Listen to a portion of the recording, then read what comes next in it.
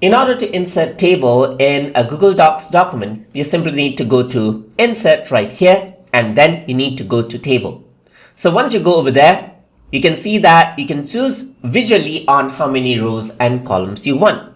Let's say I want 3 rows and I want 4 columns, just like that. So I simply click over here and then the table appears on the document. So now in order to add data onto our table, you go over here and click on the cell that you want to type it in and then just type. So I'm just going to say SN for serial number, item, and then price. So I'm just going to go around over here and type in Xbox, Switch, and PlayStation. Wait, I needed to type that here. So I'm just going to go around here, press Ctrl X and press Ctrl V right here to paste that out.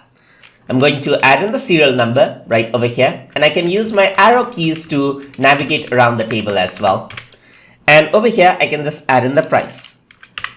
So there you go. I'm going to add in price right here, just like this. And that is it. That is how you can work around with it. So I'm just going to add in $signs over here as well.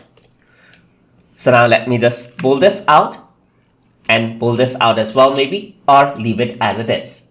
And that's how you can insert and add data in table inside of Google Docs documents. So hope you guys learned something as always. And as always, please like, comment, share, and subscribe.